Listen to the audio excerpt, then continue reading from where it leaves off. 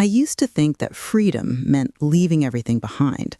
That's what I told myself the day I stood in front of Casa de Leonde, the House of Waves, watching the Mediterranean stretch endlessly before me, like a promise I no longer wanted to keep. The terracotta tiles were warm beneath my feet, worn smooth by decades of my family walking the same path to the water. My mother, Juliana, stood in the doorway behind me, her hands folded across her chest, saying nothing. She had a way of filling silence with more meaning than words ever could. I didn't turn around. I couldn't, because if I looked at her face, I might have seen something that would make me doubt everything I'd convinced myself was true. The real estate agent was already inside, measuring rooms, taking photographs, turning my childhood into square meters and market value. I'd called him myself 3 days earlier, my voice steady and businesslike, as I explained that the property had been in the family for generations, but that it was time to move forward, time to be practical. He'd congratulated me on making a smart decision, told me the location alone would fetch an impressive price. Beachfront property on the Amalfi Coast doesn't stay on the market long, he'd said, with enthusiasm that felt vulgar now, standing here with my mother's silence pressing against my back. I was 28 then. Old enough to make my own choices, I kept telling myself. Old enough to know that holding on to the past was just another form of fear. I had plans, a career in Milan that was finally taking off, an apartment in the city with floor-to-ceiling windows and modern furniture, a life that looked nothing like the sun-faded curtains and hand-painted ceramics of this old house. My friends admired my ambition, my independence. They saw someone who'd escaped the small-town mentality, who wasn't afraid to trade sentiment for success. What they didn't see, what I refused to see, was that I was running. From what I couldn't have told you then. Maybe from the weight of gratitude I didn't know how to carry. Maybe from the mirror this house held up to show me who I really was beneath all my carefully constructed confidence. My mother finally spoke, her voice quiet but clear. "Alacia," she said, "just my name, nothing more." It hung in the air between us like a question I wasn't ready to answer. I turned halfway, enough to see her profile against the bright doorway, her silver-streaked hair caught in the breeze, her face composed in that way she had, peaceful, resigned, as if she'd already accepted something I hadn't even acknowledged yet. "I know what you think you need," she continued softly, "and I won't stand in your way." There was no anger in her tone, no plea for me to reconsider. That's what made it unbearable. If she'd fought me, I could have justified my decision with arguments about practicality and progress. Instead, she gave me permission to break both our hearts, and somehow that felt like the deepest love and the worst punishment at the same time. I wanted to tell her she was wrong, that this wasn't about need or escape or anything emotional at all. It was just business, just logic.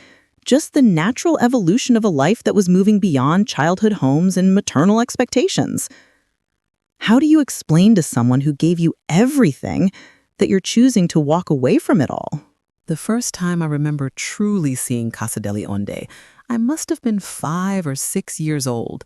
My father, Tommaso, carried me on his shoulders down the stone steps that led from the main road to our little piece of coastline, my small hands gripping his hair for balance as he laughed and pretended to stumble.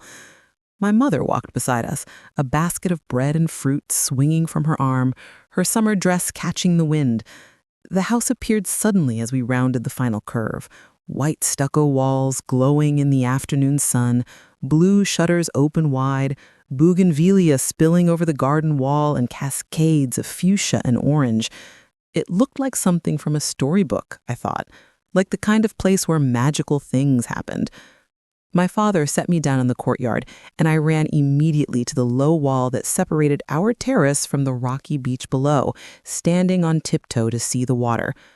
The Mediterranean was impossibly blue that day, so clear I could see the shadows of fish moving beneath the surface. My mother came up behind me, placing her hands gently on my shoulders. "This house has been in our family for 4 generations," she told me, her voice filled with quiet pride. "Your great-great-grandfather built it with his own hands, stone by stone. He wanted a place where his children could always hear the waves." I didn't fully understand then what she meant. I just knew that the sound of water against rocks made me feel safe, made me feel like I belonged to something larger than myself. Those early years blur together now in my memory. Summers that seemed endless, winters mild and bright. My father teaching me to swim in the small cove below the house, his patient hands supporting my belly as I kicked and splashed. My mother singing in the kitchen while she prepared dinner, old Neapolitan songs her own mother had taught her, the scent of garlic and tomatoes filling every room. Neighbors stopping by in the evening to share wine and stories on our terrace, their laughter carrying across the water. There was a simplicity to that life, a rhythm tied to seasons and tides rather than schedules and deadlines. I took it all for granted. Children always do. Everything changed when I was 13. My father had a heart attack on a Tuesday morning, collapsing in the garden while tending his lemon trees. By the time the ambulance arrived from Salerno, he was gone. The funeral was small and devastating, the church filled with people whose faces I recognized but whose names I'd suddenly couldn't remember through my grief.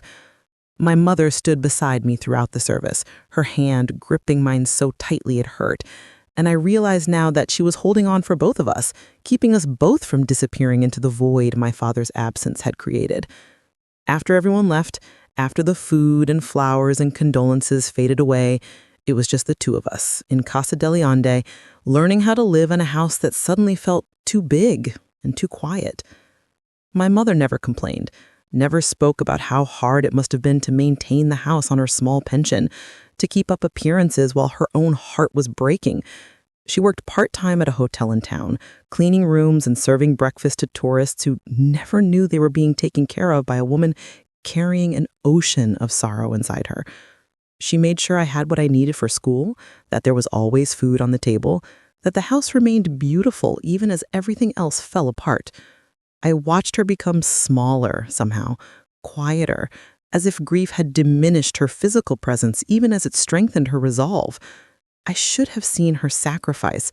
I should have understood what it cost her to smile each morning and pretend that we were fine, that life could continue without the man who'd been the center of both our worlds. Instead, I grew angry at my father for leaving, angry at the house for reminding me of everything we'd lost, angry at my mother for accepting it all with such grace when I wanted to scream and break things. By the time I left for university in Milan at 18, I'd convinced myself that I was escaping sadness rather than running from gratitude. I told myself that building a new life meant leaving the old one behind, that success meant distance, that growing up required forgetting. My mother stood at the train station, waving as I pulled away, her smile brave, and her eyes already wet with tears she wouldn't let fall until I was out of sight. I barely looked back. What does it mean to love someone and still choose to abandon them? Milan seduced me with its sophistication, its relentless forward momentum, its illusion that the past was something you could simply decide to outgrow. I threw myself into my studies with an intensity that bordered on obsession, as if academic achievement could fill the hollow space my father's death had carved into my chest. Marketing and communications seemed like the perfect field, all about creating narratives, controlling perceptions, making people believe in things they didn't know they needed. I was good at it, better than good. My professors praised my presentations, my ability to read a room, my instinct for what moved people. They didn't know I was just practicing a skill I'd learned at home, the art of appearing fine when everything inside you is fractured. My mother called every Sunday without fail.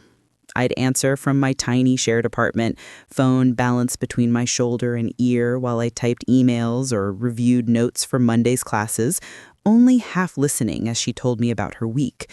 Mrs. Esposito's grandson had gotten married. The lemon tree was producing well this year. She'd repainted the shutters. Did I remember to eat properly? Was I sleeping enough? Her questions were gentle, never demanding, but underneath them, I could hear what she wasn't asking. When are you coming home? Do you miss this place? Do you miss me? I gave her the answers I thought she wanted. Yes, I'm eating. Yes, I'm fine. Yes, work is going well.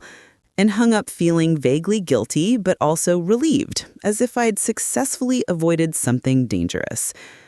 The truth was, I didn't want to think about Casa de la Onde, didn't want to remember the sound of waves or the smell of salt air or the way afternoon light turned the terrace golden. I'd built a new identity in Milan, sophisticated, independent, unencumbered by sentiment or nostalgia. My friends were ambitious professionals like me, people who talked about career trajectories and investment portfolios, rather than family histories and ancestral homes. We met for aperitivo in trendy bars, traveled to Barcelona and Berlin for long weekends, congratulated each other on promotions and new apartments, and relationships that were carefully labeled as casual, so nobody got too attached. It felt liberating. It felt modern. It felt like I was finally becoming the person I was meant to be, someone who made her own choices rather than simply inheriting someone else's life. I visited home exactly twice in those first 5 years. Both times for Christmas, both times staying less than a week, both times finding excuses to cut the visit short. The house unsettled me in ways I couldn't articulate. Everything was exactly as I remembered. The same furniture, the same dishes, the same photographs on the walls. But somehow it all felt smaller, shabbier, like a stage set for a play that had closed long ago. My mother seemed smaller too, moving more slowly, her hands showing the first signs of arthritis, her hair more silver than dark now. She asked few questions about my life in Milan, as if she understood that the details would only emphasize the distance between us. Instead, she cooked my favorite meals, opened windows to let in the sea breeze, and watched me with an expression I couldn't read, something between pride and sorrow, acceptance and hope. On the second visit, I found her in my father's old workshop, a small room off the courtyard where he'd kept his tools and fishing equipment. She was sitting on an overturned crate, holding one of his sweaters, her face buried in the fabric. I stood in the doorway, frozen, watching her shoulders shake with silent sobs. After a moment, she looked up and saw me, and her face transformed instantly. The grief smoothed away, replaced by that practiced smile she'd perfected over the years. "I was just cleaning," she said lightly, as if I hadn't just witnessed her breaking, hadn't been reminded that she was still mourning, still alone, still waiting for something I wasn't ready to give her. Why is it easier to walk away from love than to sit with it? By 30, I had achieved everything I'd convinced myself I wanted. I was the senior marketing director for a prestigious design firm in Milan, commanding a salary that would have seemed impossible to my younger self. My apartment in Porta Nueva had that minimalist aesthetic the magazine celebrated: white walls, sleek furniture, abstract art that cost more than my mother's annual pension. I dated occasionally, intelligent men with impressive resumes who understood that I wasn't looking for anything serious. My calendar was full of business dinners, networking events, weekend conferences in European capitals. To anyone looking from the outside, I had built an enviable life. So why did I wake up some mornings feeling like I was suffocating? The call came on a Tuesday in October. My mother's neighbor, Signora Battaglia, phoning to tell me that Juliana had been taken to the hospital. Nothing life-threatening, she assured me quickly, just exhaustion and dehydration, but she thought I should know. The doctor wanted to keep her overnight for observation. I hung up and stared at my computer screen, the presentation I'd been preparing suddenly meaningless. My hands were shaking. I hadn't realized until that moment how much I'd been depending on my mother to simply exist, unchanging and eternal like the house itself. The possibility that she might not be, that time was passing for her while I'd been pretending we had forever, hit me with unexpected force. I took the train to Salerno that afternoon, canceling 3 meetings and ignoring my assistant's worried questions. During the 4-hour journey, I kept thinking about the last time we'd spoken, a brief Sunday call 2 weeks earlier where I'd been distracted, responding to her news with non-committal sounds while reviewing a client contract on my laptop. What had she told me? Something about the garden, about needing to repair the terrace railing? I'd barely listened. Now, watching the countryside blur past my window, I couldn't stop imagining all the things that might have gone unsaid, all the conversations we'd postponed until next time, all the ways I'd been taking her presence for granted while building my impressive, empty life. The hospital room was small and sterile, the late afternoon sun trying unsuccessfully to warm the pale green walls. My mother looked tiny in the bed, her face drawn but peaceful, an IV line running into her hand. She opened her eyes when I entered, and for just a moment I saw surprise flash across her features before she composed herself. "Alessia," she said softly, "you didn't have to come. I'm fine, really. Just a little tired." I pulled a chair close to the bed and took her free hand, shocked by how fragile it felt, how thin her wrist had become. When had she gotten so much older? How had I not noticed? We sat together quietly as evening fell, the hospital sounds fading into background noise. My mother dozed intermittently, waking to smile at me as if to prove she was all right, then drifting off again. I watched her sleep and felt something crack open inside my chest, a recognition I'd been avoiding for years. This woman had given me everything, had held our family together after my father died, had never asked me for anything except those weekly phone calls I'd made while doing other things, half present, always rushing. And what had I given her in return? Absence, distance, a life so carefully constructed that there was no room in it for the person who'd made that life possible. Around 8 that evening, the doctor came in to check on her. He was kind, professional, explaining that she was dehydrated and anemic, that she needed to rest more, eat better, take care of herself. "She lives alone?" he asked me, and I nodded, feeling the accusation in the question even though his tone remained neutral. "Someone should check on her regularly," he continued. "At her age, these things can become serious quickly if ignored."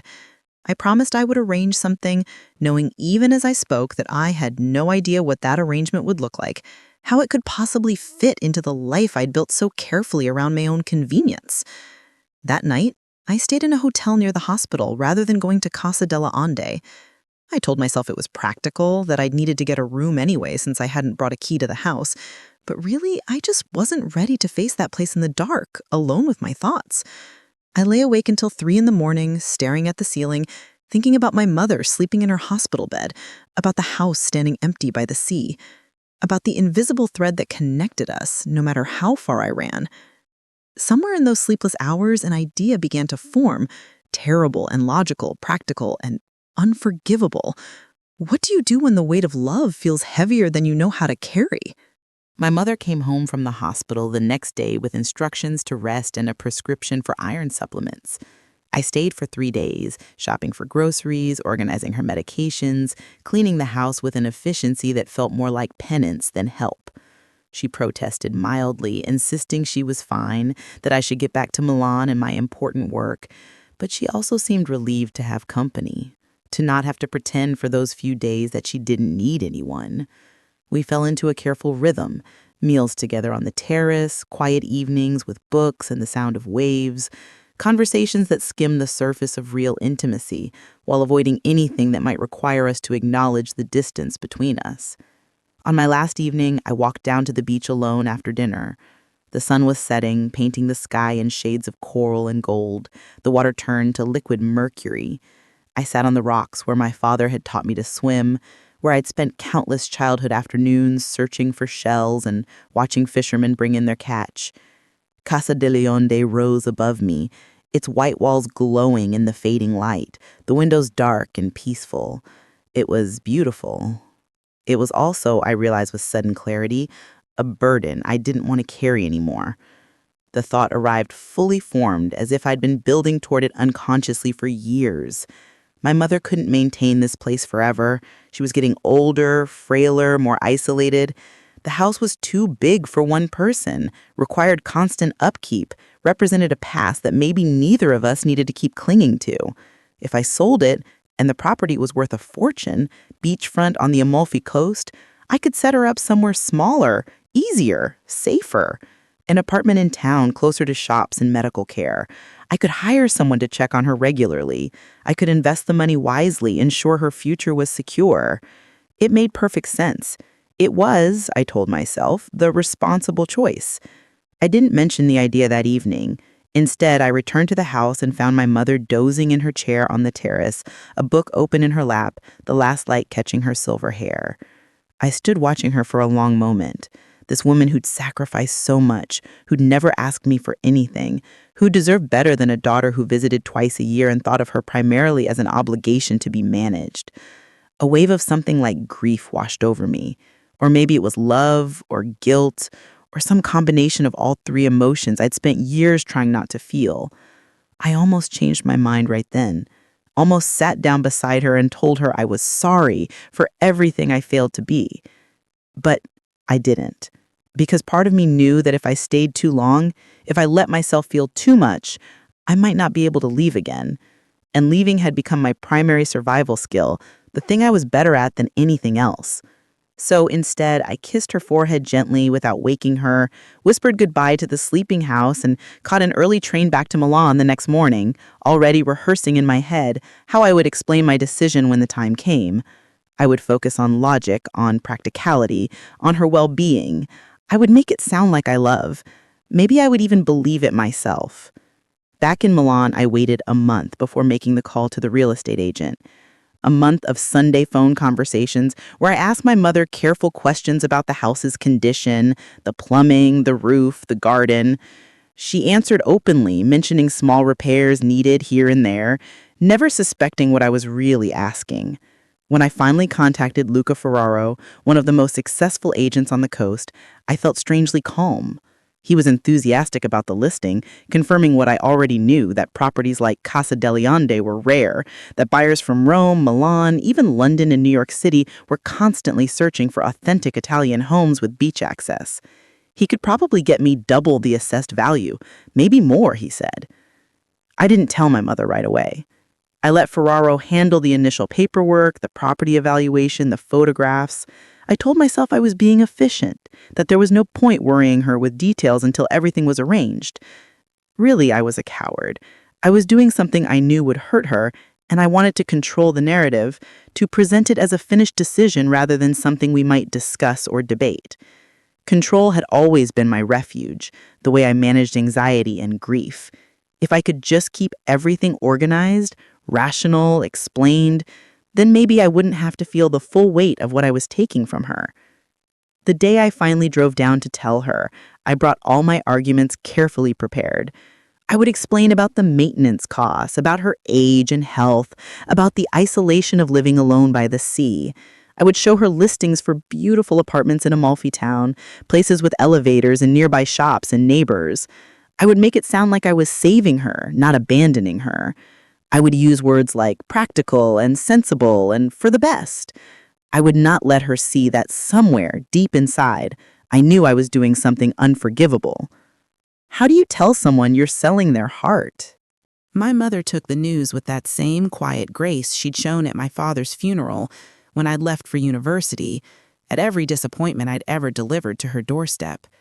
We were sitting on the terrace, morning coffee growing cold in our cups, the Mediterranean impossibly blue and calm beyond the garden wall.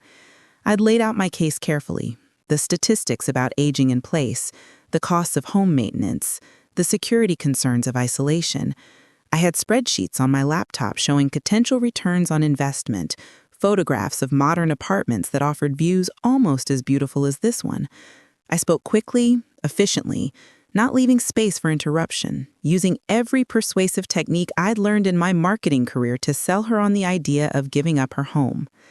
When I finally stopped talking, she was quiet for a long moment. She looked out at the water, at the house her grandfather had built, at the lemon trees her husband had planted.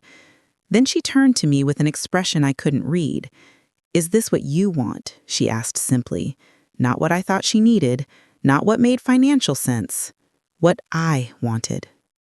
The question caught me off guard, made me realize I'd been framing this entire conversation as if I were doing her a favor, when we both knew the truth.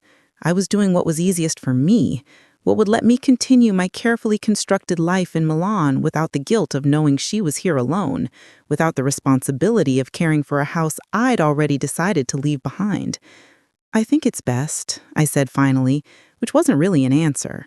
She nodded slowly, as if I'd confirmed something she'd suspected all along. "The house has been in our family for 4 generations," she said quietly, not arguing, just stating a fact. "Your father loved this place. He always said he wanted you to have it someday, to raise your own children here, to continue the story." Her words landed like stones in my chest, but I pushed the feeling away. "Times change, Mama," I said, hearing how cold I sounded, but unable to soften it. "I'm trying to think about your future, about keeping you safe." "I am safe here," she said, still looking at the water.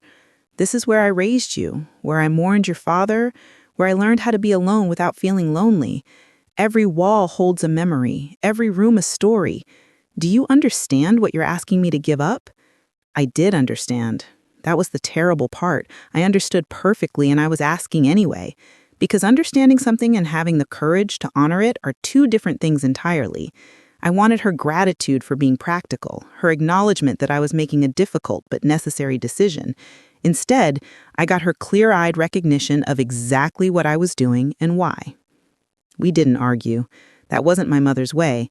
She simply said, "If this is your decision, then I won't fight it. You're my daughter. If selling the house is what you need to do, then do it." There was no bitterness in her voice, no attempt to manipulate through guilt, just acceptance. It made me angry somehow. Her refusal to fight for the place she loved, her willingness to let me destroy something irreplaceable because I decided it was inconvenient. I wanted her to yell at me, to call me ungrateful and selfish, to give me a reason to justify my choice with righteous anger. Instead, she gave me permission, which felt like the worst punishment imaginable. The sale moved quickly after that. Ferraro found a buyer within 2 weeks, a wealthy couple from Turin looking for a holiday home, people who saw Casa delle Onde as an investment property rather than a family legacy. They made an offer that was indeed double the assessed value, and I accepted immediately, afraid that if I hesitate, I might change my mind. My mother moved out a month later into a small apartment I'd found for her in Ravello, a beautiful place with mountain views and an elevator and shops within walking distance. I hired a woman named Rosa to check on her 3 times a week, arranged for grocery delivery, set up automatic bill payments. I managed everything efficiently, turning her life into a series of solved problems. I helped her pack, sorting through decades of belongings, deciding what would fit in the apartment and what needed to be donated or thrown away. My father's fishing equipment, the hand-painted dishes that had been a wedding gift, boxes of photographs showing people whose names my mother remembered but I'd never bothered to learn.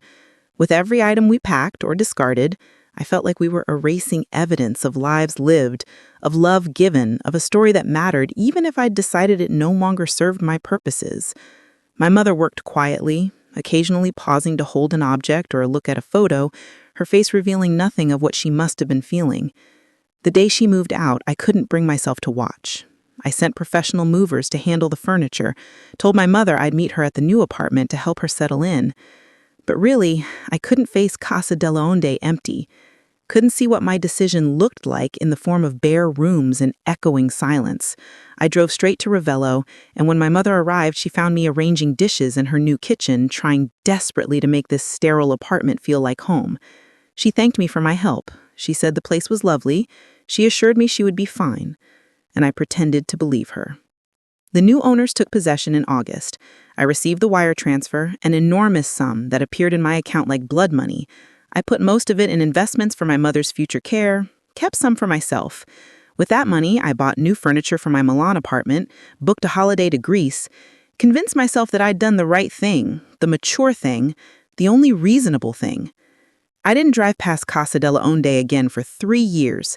Didn't allow myself to think about what I'd given away or who I'd become in the process of letting it go. Is freedom worth the price of forgetting where you came from? If you're enjoying this story, don't forget to subscribe and turn on notifications. That way, you won't miss the next chapter of life, love, and redemption. The years that followed were successful by every metric I'd learned to value. My career flourished. I was promoted to executive director, given control of the firm's most prestigious accounts, invited to speak at industry conferences across Europe. My salary tripled.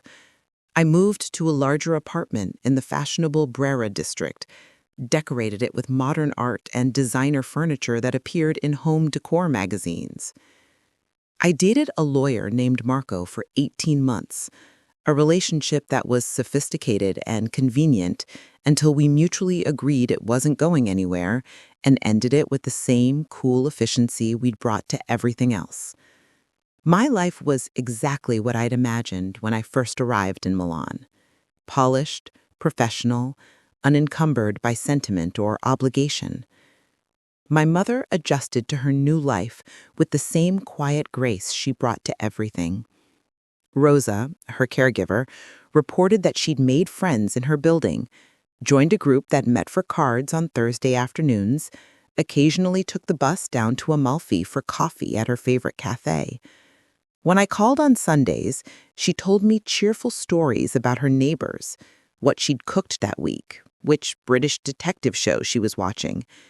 She never mentioned Casa delle Onde, never said she missed it or wished I'd made a different choice, never made me feel guilty, which somehow made the guilt worse, like a low-grade infection I'd learned to live with but couldn't quite cure. I visited her 4 times a year now: Christmas, Easter, her birthday in July, and one random weekend in autumn.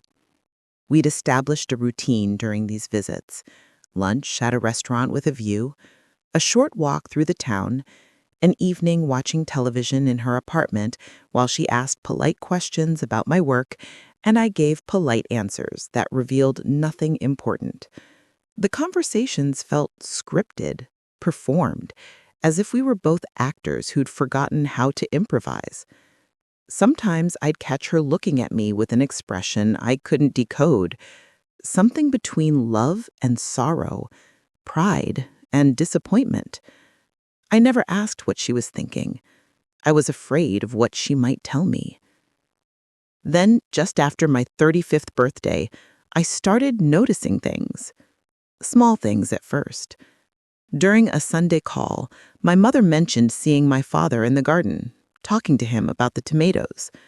I laughed it off, assuming she was speaking metaphorically. But Rosa called me a week later, concerned.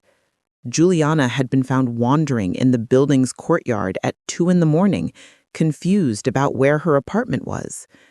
The doctor diagnosed early-stage dementia. Manageable for now, he said, but progressive.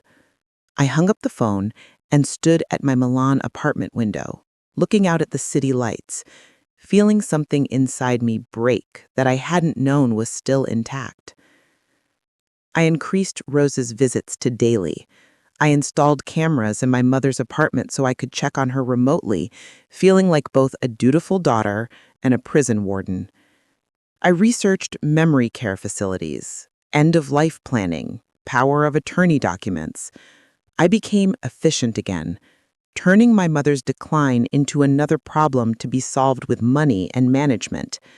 But late at night, alone in my expensive apartment, I'd find myself thinking about Casa delle Onde, the house I'd sold, the home I'd given away, the place where my mother had been whole and happy before I'd decided that my convenience mattered more than her heart. The dementia progressed slowly but steadily. My mother started forgetting recent events while remembering her childhood with startling clarity. She'd tell me elaborate stories about her own mother teaching her to make ragu, about swimming in the cove below Casa delle Onde as a girl, about the day she'd met my father at a festival in Positano. These memories were vivid, detailed, full of life, but she couldn't remember what she'd eaten for breakfast or whether I'd called yesterday or last month. The past was becoming more real to her than the present, and I realized with terrible irony that I'd taken away the one place that held all those memories intact. The house where her stories lived, where she could walk from room to room and touch the evidence of her life. One Sunday, she asked me when we could go back to Casa delle Onde. She said, "I want to see the lemon trees. Your father will be wondering where I've been." I didn't know how to answer. Didn't know whether to remind her Papa was dead, that the house was sold, that I was the one who'd taken it from her. So I just said, "Soon, Mama. We'll go soon." She smiled then, peaceful and satisfied, as if I'd given her something precious. And I sat with that lie between us, knowing I'd never be able to keep that promise, that the place she wanted to return to existed now only in her failing memory and in my growing regret. Rosa called me one evening in late October. She'd found something while cleaning my mother's bedroom, a wooden box tucked in the back of the closet, filled with letters and photographs I'd never seen. She said, "I think you should come. There are things here your mother wanted you to have. I think maybe she's been saving them." I took the train down the next morning. This journey I'd made so many times now with such different feelings. First as a fleeing daughter, then as a guilty one, now as something I didn't have a name for yet. Something that felt like the beginning of understanding too late what I'd lost. The box sat on my mother's kitchen table, worn wood polished smooth by decades of handling.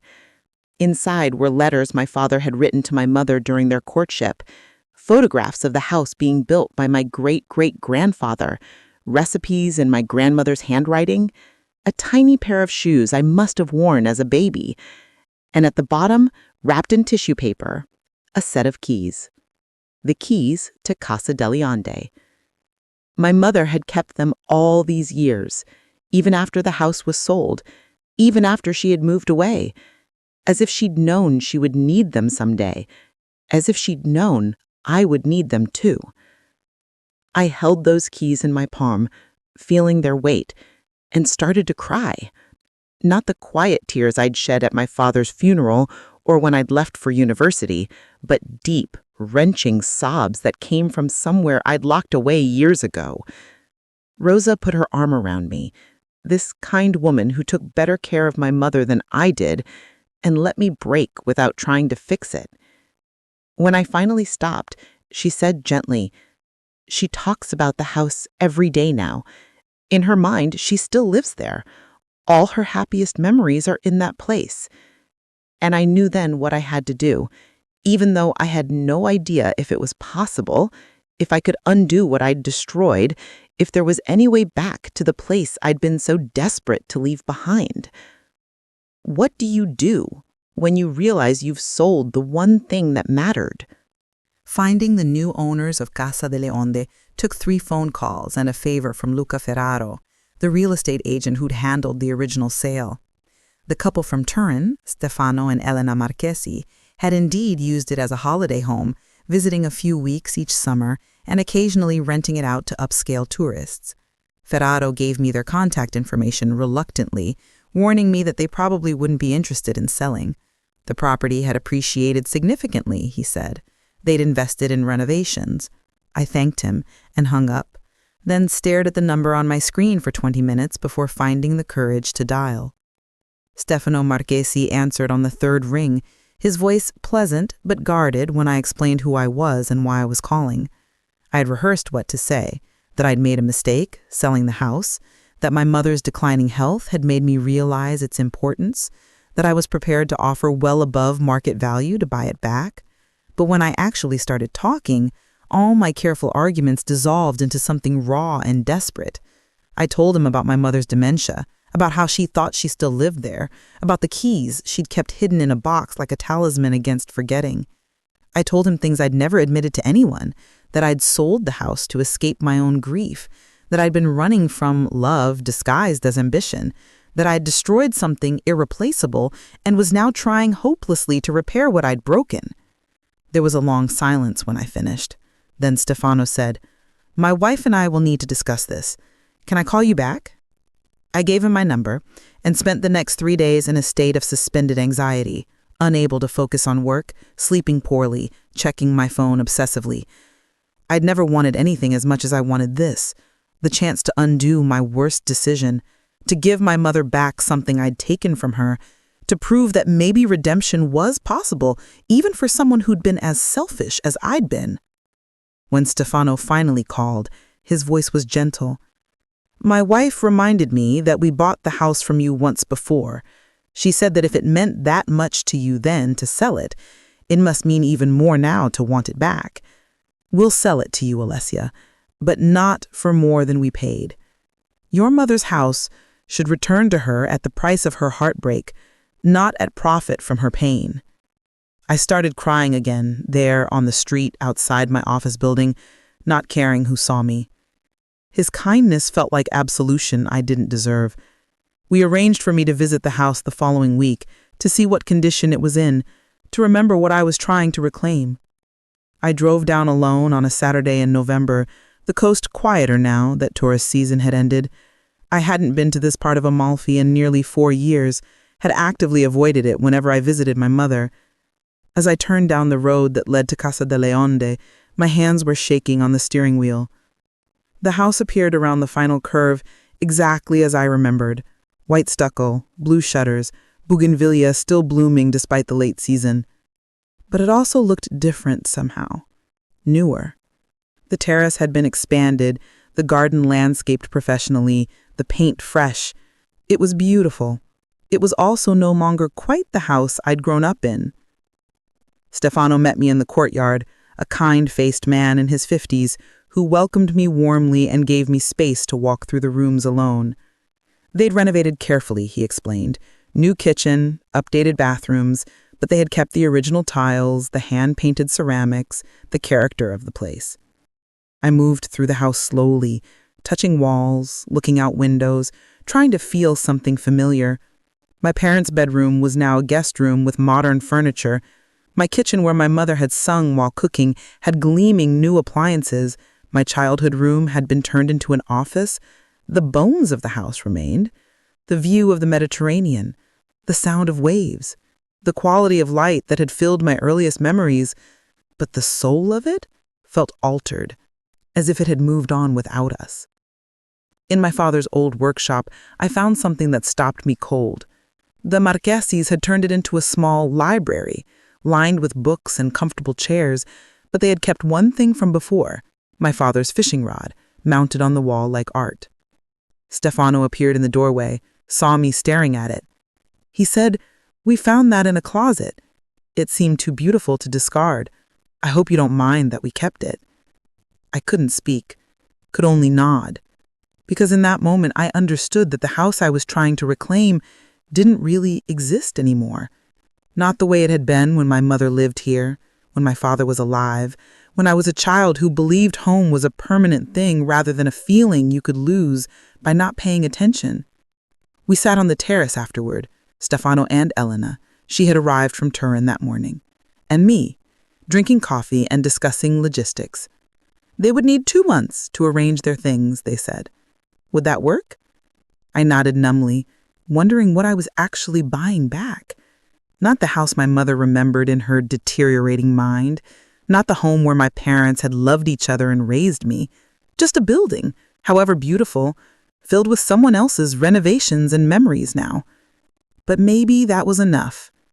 Maybe you couldn't undo the past, but you could offer it a place to rest. Maybe bringing my mother here, even to a changed house, would give her something I'd taken away, permission to remember, a physical space to hold her stories, proof that the life she had lived had mattered enough for someone to fight for it, even belatedly. As I drove away that afternoon, I looked back at Casa de Leonde in my rearview mirror, watching it grow smaller until the road curved and it disappeared from view. I thought about all the times I'd left this place, as a teenager going to university, as a young professional building my career, as a woman who'd convinced herself that freedom meant cutting ties. This time felt different.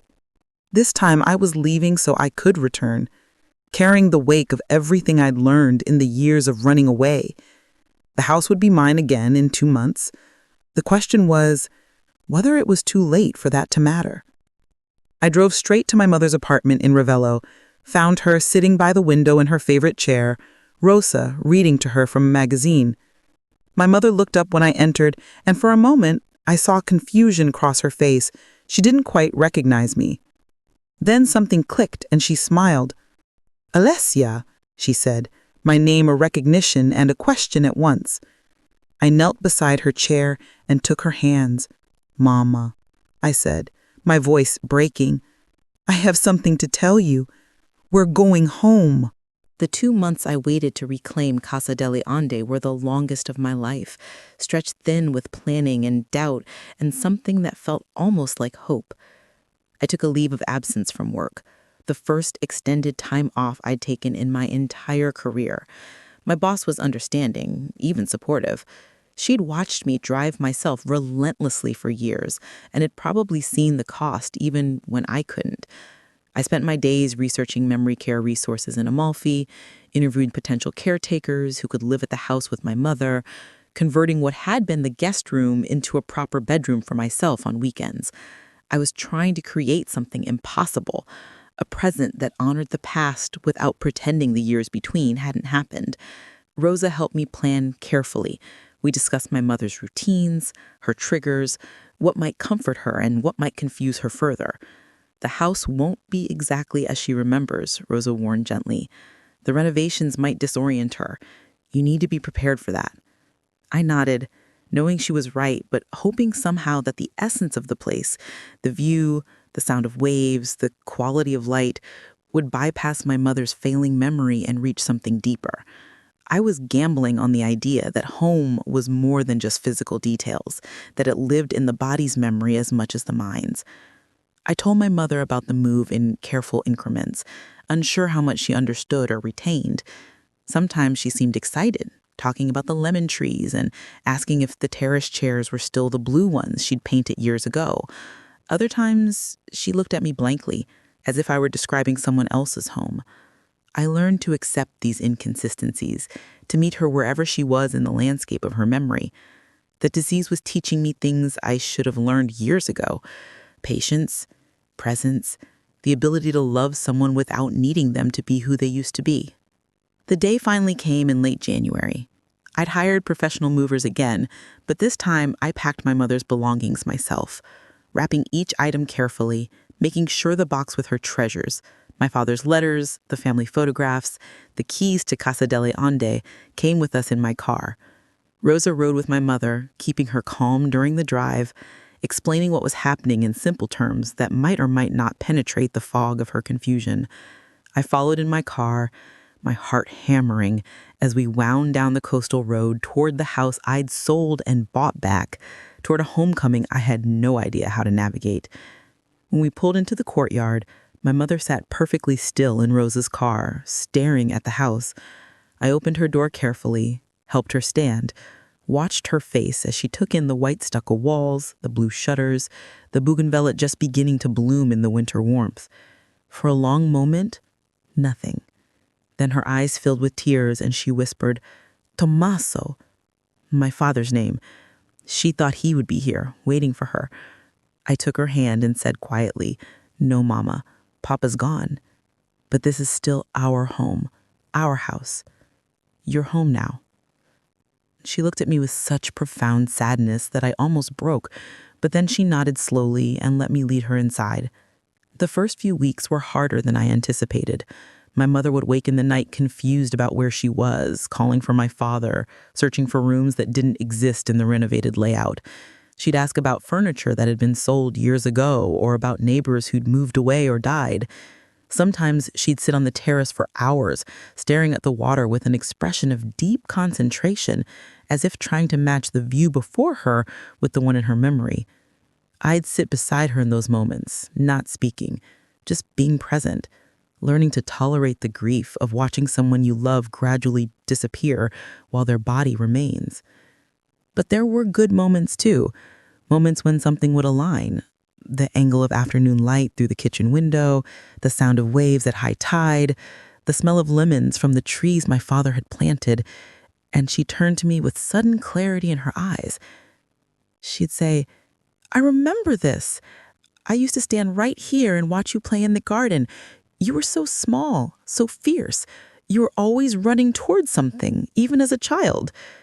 In those brief windows of recognition, I'd see the mother I'd taken for granted, the woman whose love I'd repaid with distance and decisions made for my convenience, rather than her heart. I found the box of letters one afternoon while organizing my mother's things, the ones my father had written during their courtship, before they married, before I existed. I glanced at them before, but never really read them. Now, sitting in my father's old workshop, still a library, but I'd brought his fishing rod down from the wall and leaned it in the corner where it belonged, I read them all. Love letters, funny and earnest and sometimes awkward, showing me a version of my father I'd never known. A young man deeply smitten with a beautiful girl from Amalfi. A person who chose love deliberately, who'd built this house stone by stone so they'd always have a place to return to. In one letter, written just before their wedding, he'd written, "I want to give you a home that will hold all our joy and weather all our sorrows, a place our children will remember with love, that they'll want to return to even after we're gone." That's what home means, Juliana. Not just walls and a roof, but a promise that there's somewhere you belong, always. I sat with those words for a long time, understanding finally what I'd destroyed and why my mother had been so devastated when I'd sold Casa delle Onde. I hadn't just taken away a building. I'd broken a promise my father had made, had declared that the love and sacrifice that built this place didn't matter as much as my ambition and convenience.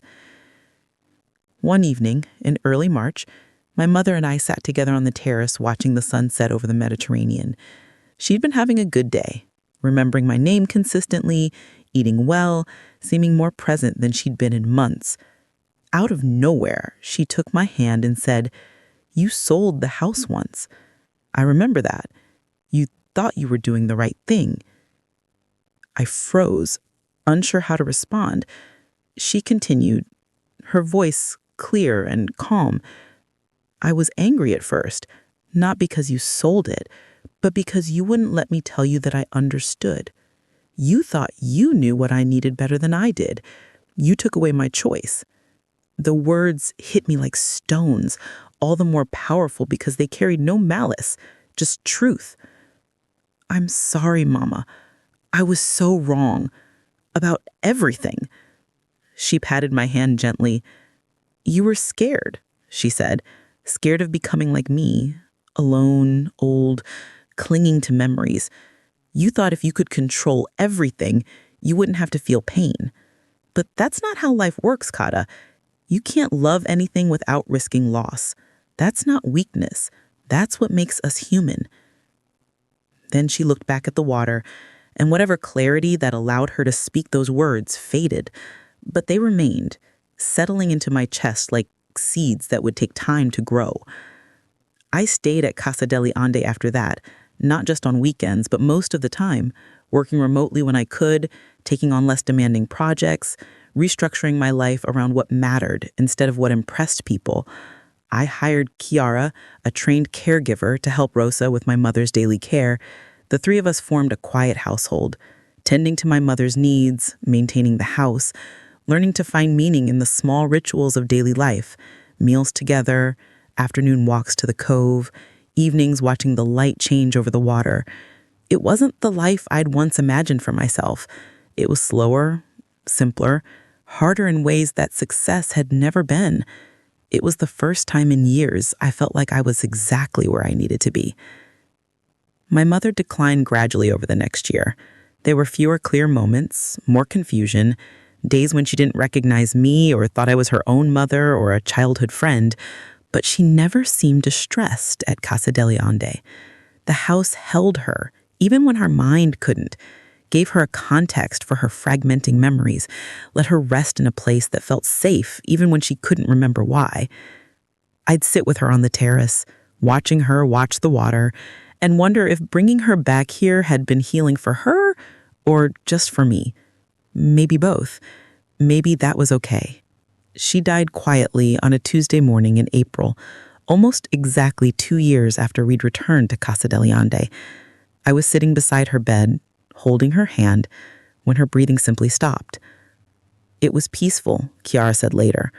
She'd just slipped away. I sat with her body for a long time, not ready to make calls or arrangements, just wanting to stay in that last moment we'd share.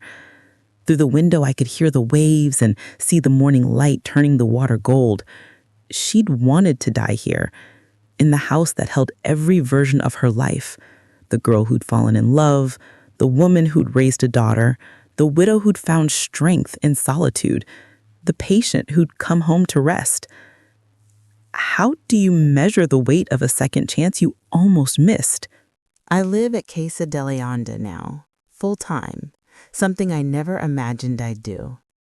After my mother died, I resigned from my position in Milan, sold my apartment there, packed up the life I'd spent so many years building, and brought it all back to the place I'd once been so desperate to escape.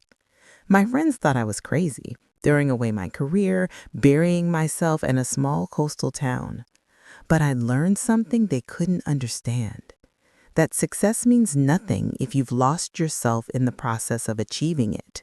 That home isn't a place you outgrow, but a truth you return to when you're finally ready to see it. The house isn't exactly as it was when I was a child.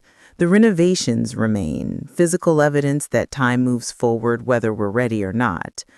But I've added back pieces of our history. My father's fishing rod hangs in the workshop again. My mother's favorite terrace chairs are back in their corner. Photographs of all of us cover the walls. I've turned it into something new that honors what came before, a house that remembers while also living in the present. It's what my mother would have wanted, I think. Not a museum, but a home still being written. I make my living now as a freelance consultant, working with companies that need marketing expertise but don't require me to sacrifice my life to their ambitions. It's less prestigious, less lucrative, but infinitely more sustainable. I work from the terrace most mornings, laptop balanced on the table where my mother and I used to have breakfast, the sound of waves my constant companion. Sometimes I'll pause and look up at the view, the Mediterranean impossibly blue, the coastline stretching in both directions, fishing boats moving slowly across the horizon, and feel something like peace settle on me. I've reconnected with people I'd forgotten I knew. Neighbors who remember me as a child, who attended my father's funeral, who watched my mother age alone after I left. They've welcomed me back without judgment, these people who understand that growing up sometimes requires leaving before you can truly return. I volunteer at the local school, teaching marketing workshops to teenagers who dream of leaving for the big cities like I once did. I tell them about ambition and success, but I also tell them about the things I had to lose before I understood what mattered. Some of them listen. Some will need to learn their own lessons the hard way, just like I did.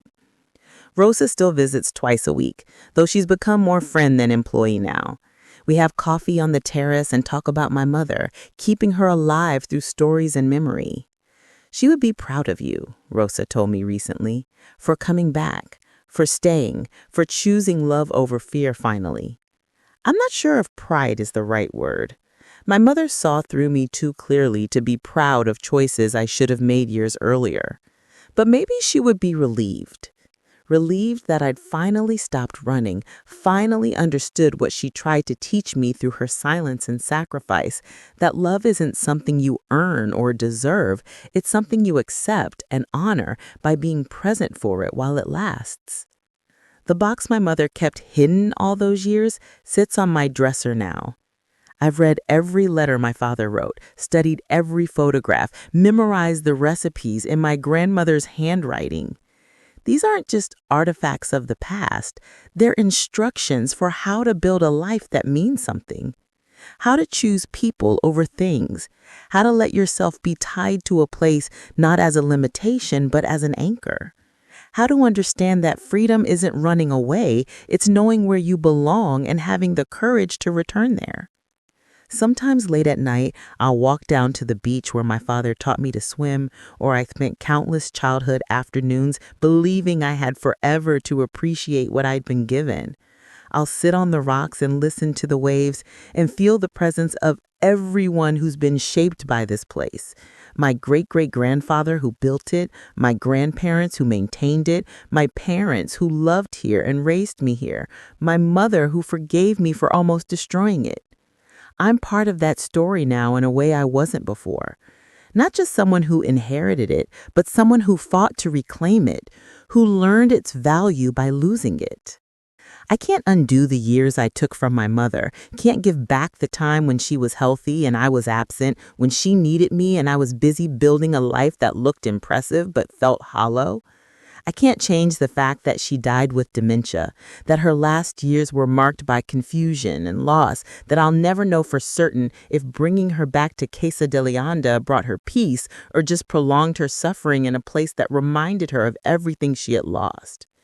These are the weights I carry now, the price of learning too late what should have been obvious from the beginning. But I can honor what she gave me by staying, by choosing this place over easier options, by turning the house she loved into a home again rather than just a beautiful investment property, by living in a way that says to anyone who knew her, your love mattered, your sacrifice wasn't wasted, the life you built here continues in ways that would make you proud. It's not redemption exactly. I don't believe you can redeem choices that hurt people you love, that broke promises made by people who came before you. But maybe you can learn from them. Maybe you can let your mistakes teach you how to live better, love deeper, choose more wisely the second time around.